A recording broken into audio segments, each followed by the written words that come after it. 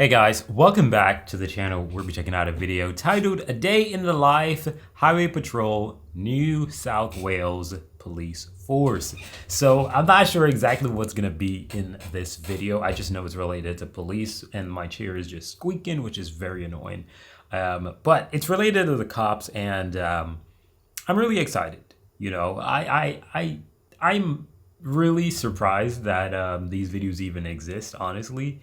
Because how is it possible for me, who's not a cop, to get to see, you know, what a cop gets to do on a patrol? It's exciting. So I think I've said enough. I'm just excited. I want to check this out right now. So thank you for watching. Shout out to the New South Wales Police Force, and shout out to them having a YouTube channel, dude. They have 22.5 thousand subscribers, which is freaking amazing. The fact that they have a YouTube channel is just so awesome, in my humble opinion. I get to see these, you know, activities going on, and you guys get to see them as well. So yeah, shout out to them. A link for the original video will be in the description, so you guys can check them out. And this chair keeps squeaking, hate it. But yeah, we're gonna be checking out this video right now. So thank you for watching. Please do like and subscribe, and yeah, let me know if you've ever had, you know, a conversation with the police. This is the equipment room in our office, and then we've got our commeters, lidars, our mobi poles, radios, and the body-worn cameras. The lidar is what we use to detect vehicle speeds. So yeah, we'll just sign out one of each and take it in the car with us. All right, Jaden, you ready? Let's do it. Wait, this is way too detailed. I feel like this is a top secret. No, this is way too detailed, bro. I don't see the body camera stacked up. Wow. We're gonna take Cumberland 204 out, which is one of the Chryslers. Go around, check the tyres, make sure the tyres comply with the road rules, and plenty of tread. We just check that all the equipment here is set up properly, the radar, that our radio's working. That was a BMW, radar, dude. Oh my goodness, a 5 Series BMW. Beside the Chrysler. Wow. Radio's working. Listen to that thing, bro.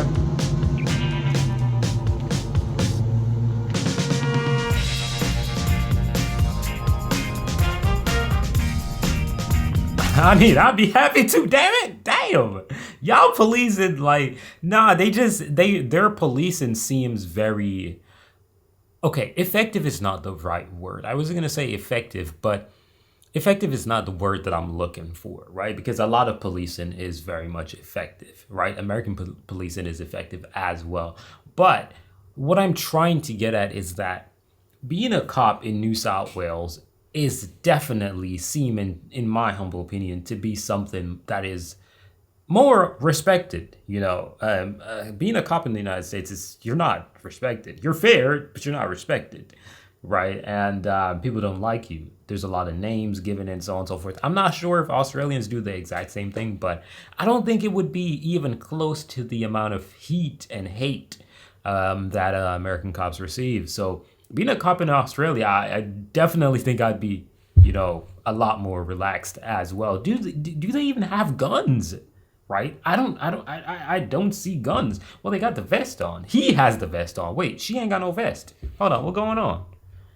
She ain't got no vest. Do they have guns? Is that a gun right there, or is that pepper spray or something? So what do you want to do today, Jaden? So what do you got? What's today? Friday, so we can do some school zones in the morning. Every morning we will go and we all have different school zones that we specifically target. We just like to drive around. It's not so much about issuing tickets, it's more just being proactive, showing that we're there. Presence. Hi. Hi. Yeah, presence is very important. Hey, coppers.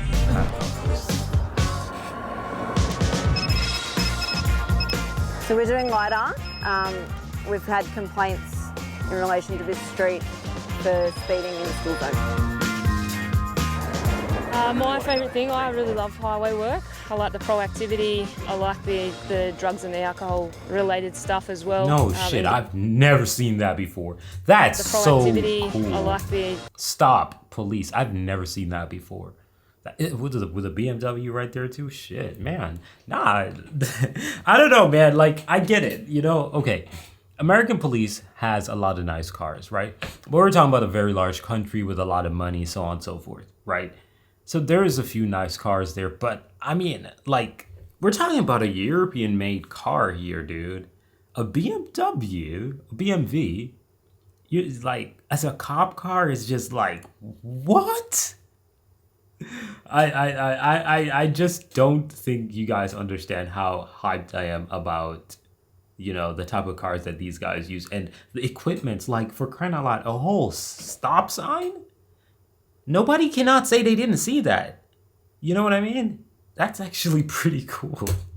The drugs and the alcohol related stuff as well, and getting those guys off the road.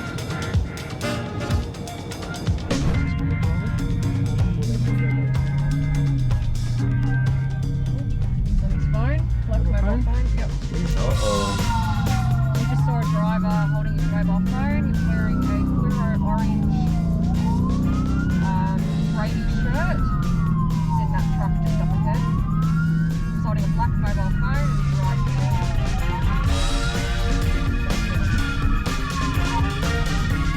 Also got a toll light out. Uh-oh. Nah, you got trouble now. Good morning. My name's Cindy Kunstweather. I'm from Cumberland Highway Patrol. Well, the reason I've stopped you this morning, okay, as you've driven past me on Guildford Road, okay, you're travelling in the opposite direction, you're holding a black mobile phone in your right hand. He is a provisional driver, so mobile phone, $352, 5 points. Ooh! All right, we'll go let him know. Ah! Feel that one in my stomach. Golly. All right, well, there's your license back. So what's going to happen is, okay, you are going to be receiving an infringement notice in relation to using your mobile phone. Do you have any questions for me before I go? I think what we do in Highway Patrol is really important. Obviously, enforcing the road rules and issuing tickets and things like that. It is teaching people things. It's showing people that we're around, and hopefully it prevents people from doing the wrong thing on the road. And we just want to make sure that everybody's safe. Understandable. The car in front of us has got a bit of damage on it, so we might just put it over a breath test. We'll make sure it complies with road standards. Are you aware of the damage on the car, sir? Yeah. Okay, how long have you had that on there for? 14 years. No, not the... The damage is for 14 years? I sure hope not. My mum said to me, scratch your car. I said, don't worry about the light. Oh, okay. So just check the car. It's not too bad. The front tyre's a little bit worse for wear, but they're not quite defective, so I'll just remind him that it's important to get his tyres changed and hopefully he can get that done. Front left tyre's a little bit worn, so that's about time to replace it. So I'm not going to issue a defect notice or an infringement for that one, but you need to get it done, fixed and changed soon, all right? Well done. Lenience. As a cop, I think it's very important to apply lenience in certain situations. There are different situations where you just got to go by the book. In some situations, you just got to be like, hey, listen, lock that in, get that sorted, get it right. Right? It's as simple as that. So I respect the fact that he's applying some lenience to this guy right here. Thank you. Enjoy the rest of your day. See you, mate. It's always nice to stop someone that's friendly. He was a nice customer. We like him. Customer. Wow. Hey, I respect it. And I love it too. So this is what we call the automatic plate recognition system. It'll actually run the registration on all the cars that go past. Faster than you can think. It'll run the rego, bounce back all the information from the database and provide us with information like who the driver is, who the owner of the vehicle is.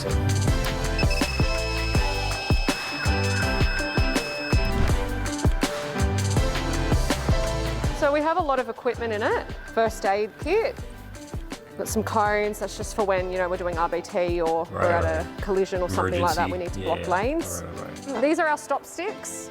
If there's a pursuit, we need permission to use these. And hopefully the car that's being pursued drives over the top of them, and then if it's successful, it will spike their tyres, which should hopefully end the pursuit.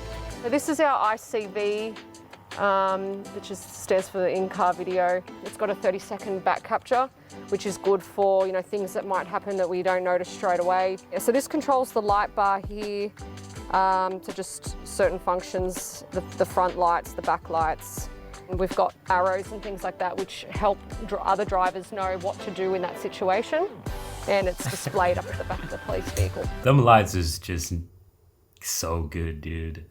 Their lights are so good. Don't drink and drive on the batter, hey. When you see the police force, you might see one police car, but what you don't know is there's a helicopter in the air, there's a couple of cars around the corner, and there's a lot more police support and backup. A job we went to the other day where we got a report from Pol Air who was coming back from a job of a motorcyclist riding dangerously. We were able to follow the information from that helicopter to find that motorcycle and stop the vehicle. We had about 20 minutes of footage of about 20 traffic offences at that time, and we spoke to that driver and dealt with him appropriately. I think it was something that over time throughout working in general duties, I sort of got a passion for traffic. It definitely wasn't something that I thought I would do when I joined the cops, but it is something I really enjoy, and I probably will be here for a while. I've got 103. All right, ciao.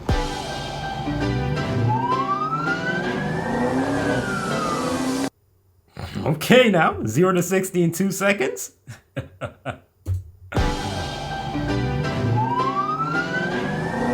She putting that thing down though. Crazy. This is a pretty cool video. Apply now. Application is always ready to go. That's crazy. Nah, but I really respect the police in Australia and New Zealand.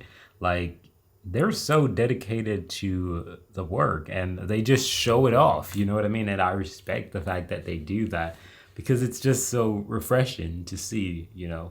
They care a lot about getting the job done, which is very lovely, you know. Unfortunately, you know, we're humans and we'll make mistakes, you know, for example, with the guy with the tires and the guy who was holding his phone as well, right? I think it's quite important, especially with the phone, to not use it while driving because most of the time it's literally going to distract you from something, you know, honestly. So it's not good to do that. In fact, if I'm being honest, I think the thing that is the least problematic when it comes to driving a fence is driving a little bit fast. Like, when I say a little bit fast, I mean you a little bit over the speed limit. That's what I'm talking about, right? I think that's the least problematic thing, in fact, when it comes to driving. And you probably say, why do I think that? Simply because driving a little bit over the speed limit and doing something like that, it's not going to make much of a difference. It really isn't, right? However, the driving habits, driving and swerving, driving distracted, driving intoxicated, driving tired, all of those things are way more dangerous in my humble opinion, right? Driving with a defective vehicle, driving in a circumstance where what you would say, the speed is no longer suitable. So let's say it's a 70 zone, right? 70 miles an hour zone, right? And you're driving 70, but it's pouring rain and there's a lot of water on the ground and you're driving that I don't think that's good. You know what I mean? Or speeding even 75 or 80 in that 70 zone when it's pouring rain. You know, those things I think are very, very serious. But if somebody's going 5 over and, you know, it's very good condition, they're not swerving in traffic and nothing like that, I think that's a situation where you give a statement rather than a ticket. That's what I think, right? As a police, you know, you enforce that. You remind the person, hey, you're going over the speed limit. Try to reel it down, you know, bring it back, right? But everything else, when it comes to driving, I think it is very important to make sure that that person understands how much of a problem that could cause. You know what I mean? So y'all can let me know what y'all think in the comment section down below. What do you think? If you were a cop, what would you target the most in terms of vehicles? What would you target the most? Speeding? On the phone? Obviously you can't. Intoxication, man, you just can't be intoxicated when driving. Oh my god, I don't know why some people do that. Genuinely, I don't know. But anyways, thank you guys for watching this video. I'm out of here. Peace.